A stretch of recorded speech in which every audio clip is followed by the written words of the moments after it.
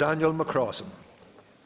Thank you, Mr. Speaker, and I am delighted to be speaking on this motion, not only as the SDLP spokesperson for infrastructure, but also as someone who, like many, I suppose, in this House, has been at the tail end of the odd fine now and again.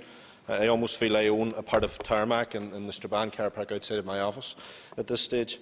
As we approach the busy Christmas period, I think that this is a debate that we should be having, and it's a very important one, and one of considerable frustration to many throughout our constituencies, but one that impacts heavily on those that are less financially well off, particularly the elderly, as Mr Humphreys has alluded to, and single parents, people that are struggling to keep their heads above water, or in this, what will be a very cold winter, put fuel in their oil tanks at home. So it is a very important debate today, and I am glad that it has been brought to this House.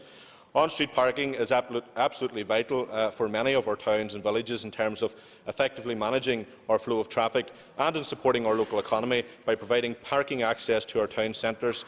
It is absolutely vital that this balance is struck proportionally and that people are not penalised for wanting to shop in town centres that are particularly facing considerable challenges in terms of trying to keep their heads above water in a very difficult economic climate, particularly in my own town.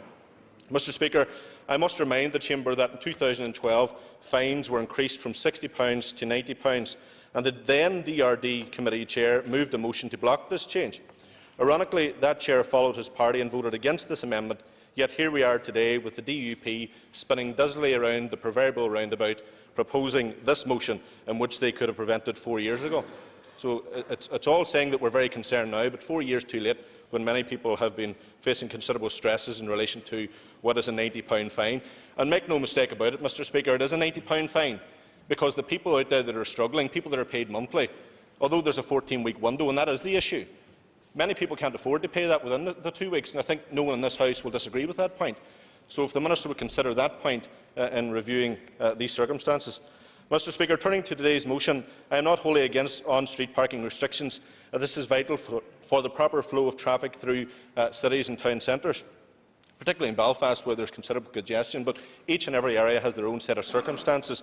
And I know that, as the member for Fermanagh has touched on, different councils have taken different approaches. For instance, in Strabane and Derry, on the immediate aftermath of the reforms, they took away, in terms of car parking, the 5-hour slot for £1. In Omagh, they kept it, but I know that in Omagh, speaking to traders has caused them considerable difficulty in terms of turnover and flow. So there are considerable concerns in that regard. It is my concern that fines are handed out, that the fines that are handed out aren't handed out in a fair and proportionate way, and I think we have all witnessed, to some degree, red coats, as they've been called in this House, handing out tickets for the slightest little mistake, particularly for people that may have some difficulty in getting back to their car, whether they be elderly or whether it's a mother shopping with her children during the day and they may be 10 minutes over and face a significant fine as a consequence of that. Is that realistic? Is it necessary? Absolutely not. And I think it's more about the approach as well in terms of how we hand out these fines.